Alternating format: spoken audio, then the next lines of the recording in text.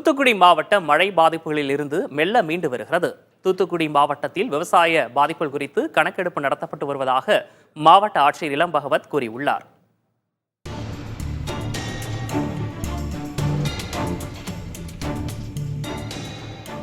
தாமிரபரணி கடைசி தடுப்பணையான ஸ்ரீவைகுண்டம் அணையிலிருந்து தண்ணீர் வரத்து குறைந்த நிலையில் ஏரல் தரைமட்ட பாலத்தில் 3 தினங்களுக்கு பிறகு தற்போது வெள்ள நீர் வடிந்துள்ளது. மாவட்ட ஆட்சியர் இளம்பகவத் உத்தரவின் பேரில் தரைப்பாலத்தில் சேதம் ஏற்பட்ட பகுதிகளில் மணலை கொட்டி சமன் செய்யப்பட்டது. இதையடுத்து முதல் கட்டமாக இருசக்கர வாகனங்கள் மட்டும் இயக்கப்பட்டு வருகின்றன.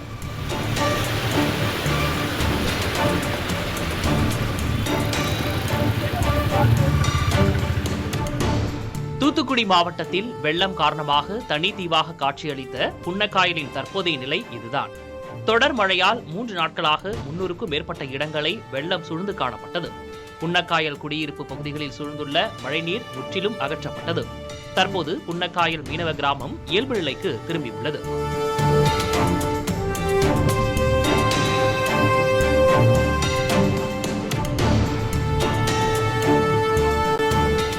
தூத்துக்குடி மில்லர்புரத்தில் மழை நின்ற பிறகும் தண்ணீர் வடியாததால் வீட்டை விட்டு வெளியே செல்ல முடியாமல் மக்கள் அவதிக்குள்ளாகினர். சாலையில் குளம் போல தண்ணீர் தேங்குவதால் பள்ளி மாணவர்கள் மிகுந்த சிரமத்திற்கு ஆளாகினர். மேடு பள்ளம் தெரியாமல் இருசக்கர வாகன ஓட்டிகள் விபத்தை சந்திக்கும் நிலையும் உருவானது. வேலை போனால் மட்டும்தான் என் பிள்ளைய பார்க்க முடியும். நீங்கள் தான் ஏதாவது உதவி செய்யணும். 3 நாளாக நான் வேலைக்கும் போகலை. மழை பெஞ்சதுனால வீட்டுக்குள்ளெல்லாம் தண்ணி, என்னால் வேலைக்கு போக முடியல. பச்சை பிள்ளை வேற இருக்குது. நீங்கள் தான் ஏதாவது பார்த்து உதவி செய்யணும்.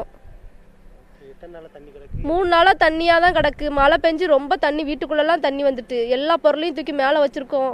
கீழே படுக்க கூட இடம் இல்லை. பச்சை பிள்ளைய என்ன செய்யறது? மடியிலேயே வச்சுக்கிட்டே இருந்திருக்கேன். இன்னைக்கு வேலைக்கு போனாதான் என் பிள்ளைய பார்க்க முடியும். அது தொடர்பாக புதிய தலைமுறையில் செய்தி வெளியான நிலையில் அமைச்சர் கீதா ஜீவன், மாநகராட்சி மேயர் ஜெகன் ஆகியோர் விரைந்து நடவடிக்கை எடுக்க உத்தரவிட்டனர். தேங்கியுள்ள மழைநீரை அகற்றும் படியும் முடுக்கிவிடப்பட்டுள்ளது. நம்ம ஓடையை ஒட்டி உள்ள பிஎம்சி ஸ்கூலு, அவங்களோட கிரவுண்டு, அவங்க உள்ளேருந்து வர்ற தண்ணி, இதெல்லாம் பார்த்தீங்கன்னா அந்த அவங்க ஃப்ரண்ட் ஆஃப் த கேட்டு மட்டும் தண்ணி நின்றுக்கிட்டே இருக்கும். நம்ம மோட்ரு வந்து ஆக்சுவலாக அவங்க யாருன்னு அறிவுறுத்தினது, நம்ம வெளியே ட்ரெயின் ஆனதுக்கப்புறம் மோட்ரு போட அந்த வாசலில் ஏறிட்டு இருக்குது.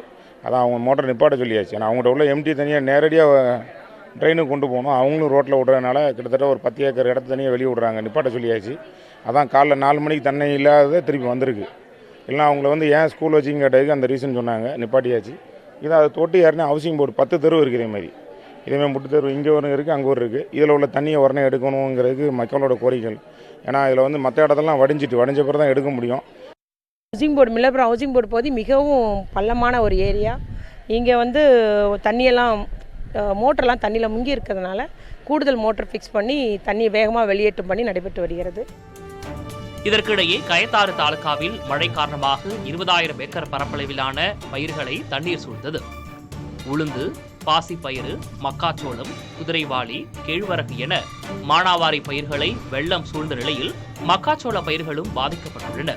இதையடுத்து காப்பீட்டுத் தொகையை உடனடியாக வழங்க வேண்டும், பாதிக்கப்பட்ட பயிர்களுக்கு இழப்பீட்டுத் தொகை தர வேண்டும் என கோரி கோவில்பட்டி தாலுகா அலுவலகம் முன்பு விவசாயிகள் முற்றுகை போராட்டத்தில் ஈடுபட்டனர். கோரிக்கை மனுவை வட்டாட்சியர் அலுவலக அதிகாரிகளிடம் வழங்கினர். இதற்கிடையே தூத்துக்குடி மாவட்டத்தில் மழையால் பாதிக்கப்பட்ட பயிர்கள் குறித்து தற்போது கணக்கெடுப்பு நடைபெற்று வருவதாக மாவட்ட ஆட்சியர் இளம்பகவத் தெரிவித்தார். மற்ற சேத விவரங்களையும் அவர் விவரித்தார். பக்கில் ஓடை வழியாக தண்ணியை வந்து கடலுக்கு அனுப்பியிருக்கோம். கடல் இருந்தக்கூடிய ஹை டைட் ரீசன் காரணமாக கொஞ்சம் சில நேரங்கள், அதாவது ஒரு 6 மணி நேரத்துக்கு ஒரு time high tight low tight அப்படின்னு வரும். ஸோ அதை பொறுத்து சில நேரங்களில் மெதுவாக போகுது, சில நேரங்களில் நல்லா வேகமாக தண்ணி வந்து போயிட்டு இருக்கு. சில 16, 17, 18 இந்த வார்டுகள் எல்லாம் வந்து லோ லையிங் ஏரியா இருக்கு. கிட்டத்தட்ட அது வந்து கடல் மட்டத்தோட கீழே இருக்கக்கூடிய இடமா இருக்க காரணத்தினால பம்பிங் பண்ணி எடுத்துருக்கோம். மழையில் ஒட்டுமொத்தமாக வந்து ஒரு 212 குடிசை வீடுகள் ஒரு பார்ஷியலி டேமேஜ் ஆகும். ஒரு 5 வீடுகள் வந்து முழுமையாக டேமேஜ் அடைஞ்சிருக்கு. குடிசை வீடுகள், மொத்த வீடுகள் பக்கா வீடுகள்லாம் கொஞ்சம் சேதமடைஞ்சதில்லை. மொத்த வீடுகளோட எண்ணிக்கை வந்து 225 வீடுகள் சேதமடைந்திருக்கு. தூத்துக்குடி மாநகரில் தேங்கியுள்ள மழைநீர் 100க்கும் மேற்பட்ட மின் மோட்டார்கள் மூலம் பக்கில் ஓடை வழியாக வெளியேற்றும் நடவடிக்கை நடைபெற்று வருவதாகவும் ஆட்சியர் தெரிவித்தார்.